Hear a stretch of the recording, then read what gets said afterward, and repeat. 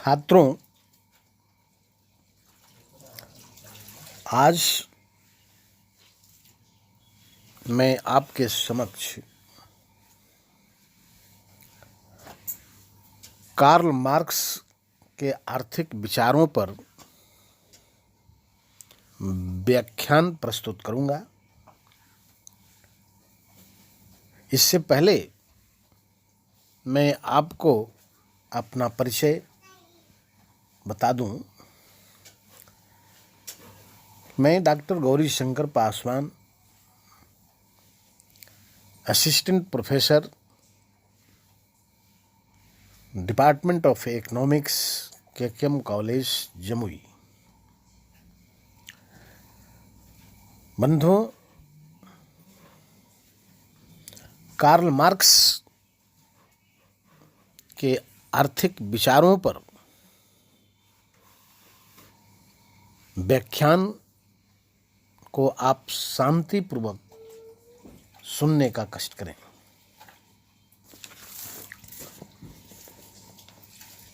यूं तो Karl Marx राजनीतिक, सामाजिक विचारक के साथ साथ एक महान आर्थिक विचारक भी थे। 5 मई 1818 में जर्मनी में जन्मे कार्ल मार्क्स साहस के सुमेरु और संकल्प के गिरिराज थे। उनका अप्रतिम जिजीविषा ने उन्हें 1867 में दास कैपिटल नामक विश्वविख्यात ग्रंथ प्रकाशित करने को प्रेरित किया। इस पुस्तक के वॉल्यूम 1 प्रकाशित करने के उपरांत 14 मार्च 1888 में उनका देहांत हो गया। अतः इस पुस्तक का वॉल्यूम 2 एवं वॉल्यूम 3 एंजल और शिष्य कोटस्की द्वारा प्रकाशित किया गया। मार्क्स ने अपने आर्थिक विचारों को दास कैपिटल में बड़े ही सुंदर ढंग से प्रस्तुत किया है। उनके प्रमुख विचारों पर अब हम चर्चा करेंगे। तो बंधुओं, कार्ल मार्क्स ने मार्क्सवादी दर्शन, जिसे द्वंद्वात्मक भौतिकवाद कहते हैं, जैसे सिद्धांत को विकसित किया। द्वंद्वात्मक भौतिकवाद चिंतन की आधारशिला है।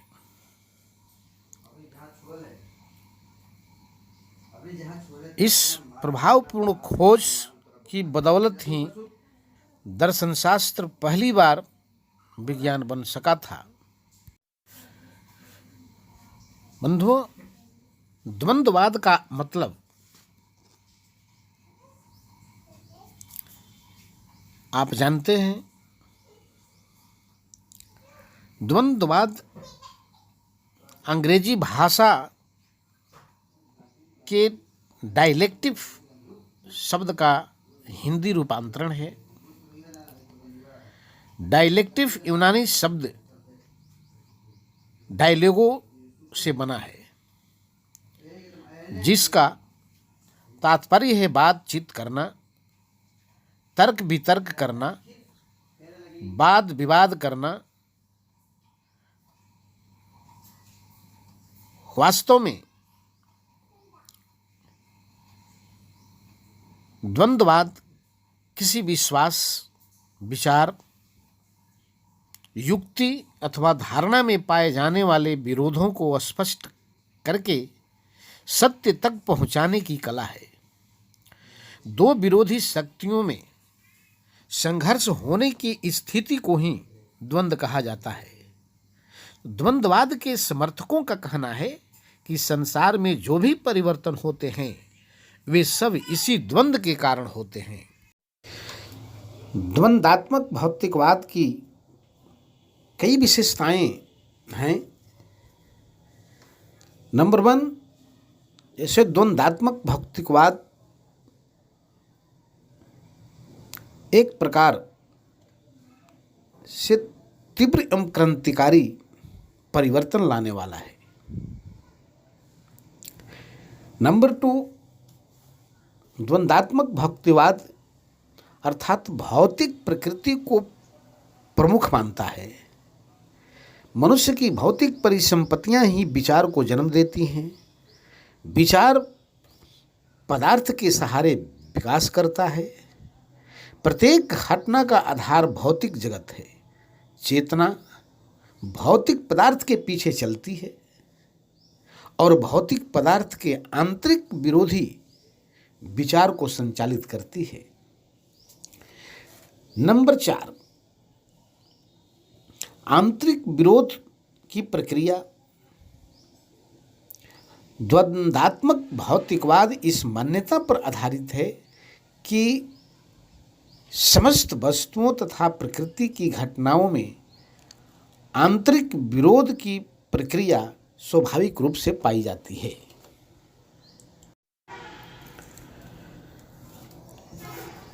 दूसरा आर्थिक विचार है इतिहास की भौतिकवादी व्याख्या। ऐतिहासिक भौतिकवाद एक वैज्ञानिक धारणा है। यह मानव इतिहास की घटनाओं की भौतिक आधार पर व्याख्या करती है। मार्क्स ने कहा है कि समाज की भौतिक जीवन की अवस्थाएं अंतिम रूप में समाज की संरचना, संबंध, विचार, धर्म, कला, राजनीतिक संस्थाओं आदि को निर्धारित करती है अथवा निश्चित करती है। ऐतिहासिक भौतिकवाद की व्याख्या मानव जीवन को बनाए रखने वाले भौतिक मूल्यों जैसे भोजन, वस्त्र और मकान को प्राप्त करने वाली उत्पादन की प्रणाली पर आधारित है। उत्पादन प्रणाली अस्थायी या स्थिर नहीं रहती, जो अमर्त्य से बल्कि समय के अनुसार इसमें परिवर्तन और विकास होता रहता है। सिद्धांत दिया है समाज के विकास का इतिहास वस्तुतः उत्पादन प्रणाली के विकास का ही इतिहास है। दूसरे शब्दों में उन्होंने कहा जा सकता है सामाजिक विकास, उत्पादित शक्ति तथा मनुष्य की उत्पादन संबंध इतिहास को गहरे संबंध को बताया है। यदि कोई इतिहासकार यह अध्ययन करना चाहता है कि किसी क्षेत्र विशेष और काल विशेष में आर्थिक विकास क्या कठिनाइयां हुई, तो किसी निष्कर्ष पर पहुंचने के लिए उसे उस समय की आर्थिक प्रणालियों और सामाजिक ढांचे की वैज्ञानिक खोज करने की जरूरत होती है। कार्ल मार्क्स का तीसरा आर्थिक विचार पूंजीवादी व्यवस्था का अध्ययन है। कार्ल मार्क्स का महत्व साम्राज्यवाद के इतिहास में तो अपरिवर्तनीय है, साथ ही साथ आर्थिक विचारों के इतिहास में भी महत्वपूर्ण स्थान है। मार्क्स ने वर्तमान पूंजीवादी व्यवस्था का गंभीर और वैज्ञानिक अध्ययन किया है। उन्होंने पूंजीवादी व्यवस्था की बात की है, जिसकी अपनी खास विशेषताएं होती हैं, जैसे उत्पादन के स्थान पर श्रमिकों का स्वामित्व का नहीं होना, समाज को दो वर्गों में बटा होना, पूंजीपति और श्रमिक, बड़े पैमाने पर उत्पादन, लाभ के लिए उत्पादन और श्रम का शोषण।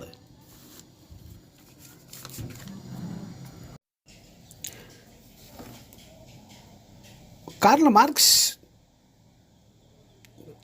के पूंजीवादी व्यवस्था के विचारों को देखने से स्पष्ट है कि मार्क्स ने निसंदेह मूल्य श्रम सिद्धांत और अतिरिक्त मूल्य सिद्धांत बहुत ही महत्वपूर्ण सिद्धांत हैं तथा वह एडम स्मिथ और रिकार्डो के मूल्य सिद्धांतों से अधिक पूर्ण और वैज्ञानिक है। लेकिन फिर भी यह सिद्धांत दोष मुक्त नहीं है, क्योंकि मार्क्स ने सिर्फ श्रम पर ही जो जोर दिया है और उत्पादन के अन्य साधन पूंजी, भूमि, प्रबंध, साहस को नज़रअंदाज कर दिया है। दूसरी ओर इस सिद्धांत में उत्पादन पर व्यय का जिक्र नहीं किया गया है। यद्यपि मूल्य सिद्धांत की आलोचनाएं हुई हैं, तथापि इसके बावजूद भी यह सिद्धांत राजनीति शास्त्र और अर्थशास्त्र में महत्वपूर्ण स्थान रखता है। पूंजीवाद का पतन और सामाजिक क्रांति। मार्क्स का दूसरा महत्वपूर्ण विचार उस व्यवस्था से संबंधित है जिसके फलस्वरूप पूंजीवाद का पतन हो जाता है। मार्क्स के अनुसार पूंजीवादी अर्थव्यवस्था एक अनिवार्य परिणाम देता है। पूंजी का संचय एवं तदोपरांत आर्थिक संकट का उत्पन्न होना है। मार्क्सवादी विचारक लेब्रियोला ने तो कहा है कि पूंजीवादी व्यवस्था का प्रादुर्भाव स्वाभाविक रूप में हुआ है और इस प्रणाली का अंत भी होना अनिवार्य है। मार्क्स ने कहा है कि सर्वाधिक लाभ कमाने तथा धन बटोरने की प्रवृत्ति में ही पूंजीवाद के विनाश के कारण निहित है। पूंजीवाद के विनाश के संदर्भ में मार्क्स ने कई कारणों का उल्लेख किया है, जैसे लघु एवं कुटीर उद्योगों का ह्रास कर देना, पूंजी का अधिक से अधिक संचय करना, उद्योगपतियों द्वारा सर्वाधिक लाभ कमाने की इच्छा रखना और निर्धनता में वृद्धि होना। ये जितने भी उन्होंने बिंदु बताए हैं वे पूंजीवाद के विनाश के मुख्य कारक हैं। मार्क्स का एक और महत्वपूर्ण आर्थिक विचार है मार्क्सवादी समाज। मार्क्सवादी कार्यक्रम मार्क्स तथा उनके अनुयायियों के विचारों और कार्यों को देखते हुए मार्क्सवादी समाज का एक रूप समझा जा सकता है। मार्क्सी कार्यक्रम में तीन मुख्य बातें होती हैं, जैसे व्यक्तिगत संपत्ति का उन्मूलन, उत्पादन के साधनों का राष्ट्रीयकरण तथा राजनीतिक क्रांति की सहायता से श्रमिकों द्वारा पूंजीपतियों की आर्थिक सत्ता को समाप्त करना। अब नेक्स्ट, मार्क्स का महत्वपूर्ण आर्थिक विचार है मार्क्सवादी आर्थिक विकास का सिद्धांत। मार्क्स ने अपना विवेचन एक सरल पुनरुत्थान योजना से शुरू किया था, जिसमें पूंजी संचय का अभाव रहता है। सरल पुनरुत्पादन का अर्थ होता है कि जो पूंजी अतिरिक्त मूल्यों को प्राप्त करने के उद्देश्य से लगाई जाती है वह उसी रूप में पुनः नियोजित अवश्य हो जानी चाहिए। अतिरिक्त मूल्य वृद्धि नियतकालिक रूप से अवश्य प्रकट होनी चाहिए। इस प्रकार हम देखते हैं कि मार्क्सवादी आर्थिक विकास का सिद्धांत काफी महत्वपूर्ण है। इसके बावजूद भी मार्क्स के विचारों और सिद्धांतों की कट्टु आलोचनाएं भी की गई हैं। जैसे मार्क्स एक मौलिक विचारक नहीं थे।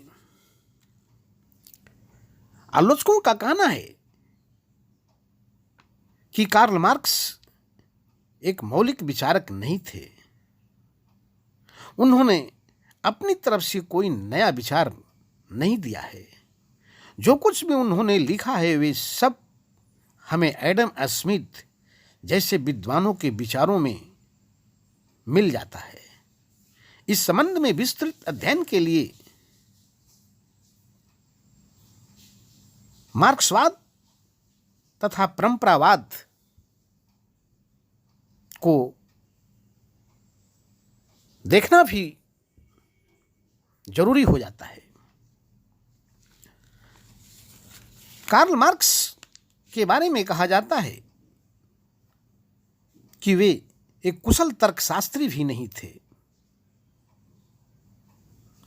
आज मार्क्स के प्रत्येक विचार की कट्टु आलोचना की जाती है।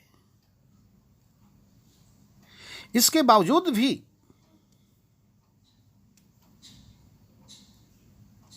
कार्ल मार्क्स के विचारों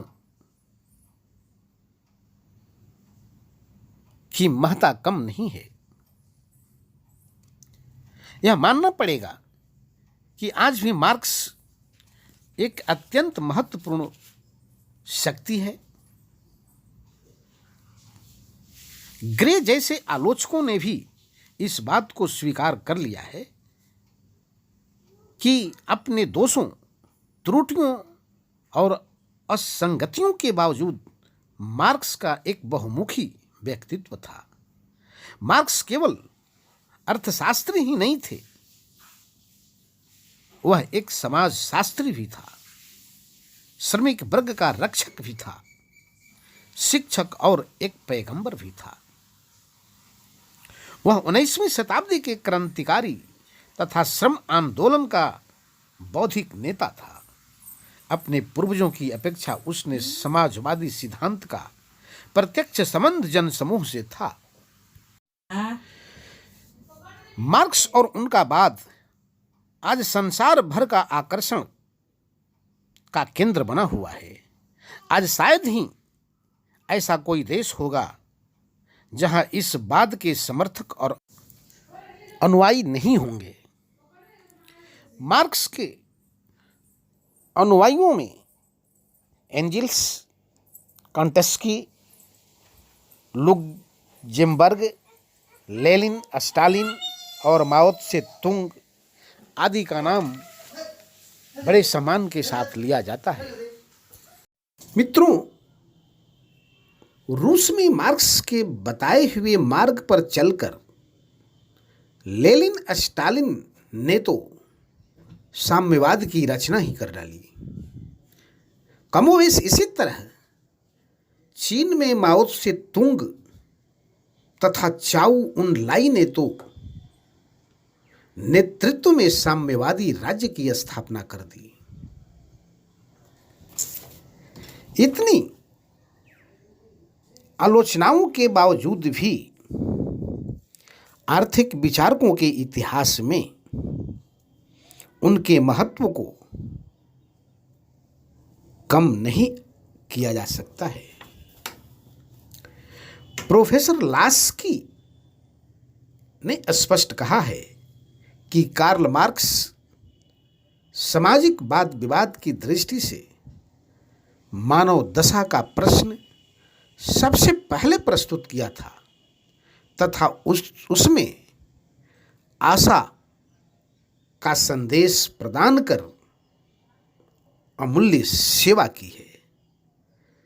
विश्व में मनुष्यों ने स्वयं को सामाजिक सुधार में लगाया है, वहीं कार्ल मार्क्स हमेशा प्रेरणा का स्रोत और भविष्यवक्ता के रूप में सदा अमर रहेंगे और बने रहेंगे।